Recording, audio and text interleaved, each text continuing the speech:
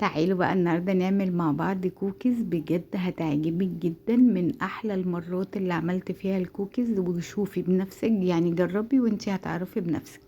اول حاجة هجيب كوباية الا ربع من المادة الدهنية، عايزة بقى سمنة على زيت، عايزة زيت لوحده، سمنة لوحده، زبدة. المادة الدهنية اللي تعجبك. انا عايزة كوباية الا ربع من المادة الدهنية، وتكون بدرجة حرارة الغرفة كده زي ما انت شايف. هنزل عليها بكوباية من السكر، سكر حبيبات عادي جدا، وهنضربه بقى كده زي ما انتوا شايفين بالمضرب الكهرباء او بايدك اللي تحبيه اعمليه. نضربه بقى لغاية اما نحس ايه ان القوام كده ايه افتحي معانا، والسكر الى حد ما الحبيبات اختفت كده خلاص. هنزل عليها ببضاية بدرجة حرارة الغرفة، وضروري جدا طبعا حطينا على البضاية كيس من الفانيليا. ونضرب تاني لغاية اما ايه نحس ان البيضة اختفت تماما. خلاص هنوقف بقى هنا ضرب. انا هكون محضرة ايه 3 كوبايات من الدقيق، بس انا هنزل بكوبايتين الاول، وربع معلقة زي ما انت شفتوا كده بيكنج باودر، ورشة من الملح، وطبعا شوكليت شيبس. خلاص هو نقلب بقى. انا هنا نزلت الاول بكوبايتين من الدقيق.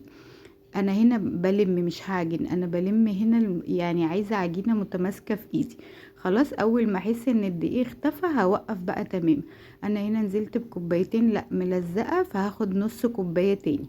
خلاص انا محضرة 3 كوبايات من الدقيق، فهاخد نص كده هاخد نص تاني على المكونات اللي احنا عاملينها لغاية اما تلم معي. خلاص هي يعتبر ايه خدت كوبايتين ونص من الدقيق، مش هاخد دقيق تاني. هلم بقى كده. بص انا بلم الجوانب بايدي كده مش بعجن، بلم بس العجينة. اول ما احس انها بقت متماسكة معايا وبتشكل، بصوا بوريكوا ده الدقيق اللي فاض، يعتبر خدت كوبايتين ونص. اول ما احس ان هي خلاص اتشكلت معايا كده وبقت متماسكة عجينة، بصوا مش بتلزق في الايد ولا اي حاجة. خلاص كده انا تمام قوي. خلاص اهي بصوا زي ما انتم شايفين كده. هجيب بقى ايه معلقتين كده من الكاكاو الخام، وهنا لازم الكاكاو يبقى طعمه حلو، ده شرط اساسي. وهقسم بقى العجينة بالنص. انت عايزة تشتغلي ابيض كده من غير ما تعمليها بالكاكاو تمام. احنا لا، انا بحبها بالشوكولاتة كده، فخدت معلقتين من الكاكاو الخام من غير اي مادة دهنية، لان هي فيها المادة الدهنية بتاعتها. خلاص هقلبها بقى لغاية اما تتشكل معايا كده في معلقتين من ايه من الكاكاو الخام زي ما اتفقنا.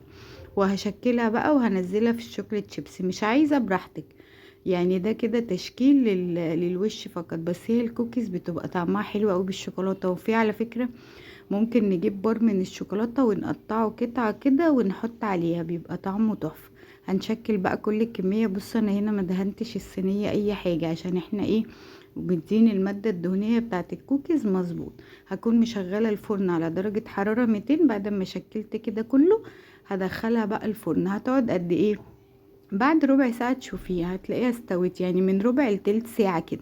بصوا بقى طلع معانا تحفة، وطعمها بجد رهيب. ولا فرشت بقى معانا ولا نشفت ولا اي حاجة. بجد لازم تجربوا الطريقة دي، وبجد هتدعولي عليها. اعملي بقى جنبها شاي بلبن، لبن براحتك بقى اللي تحبيه فضليه.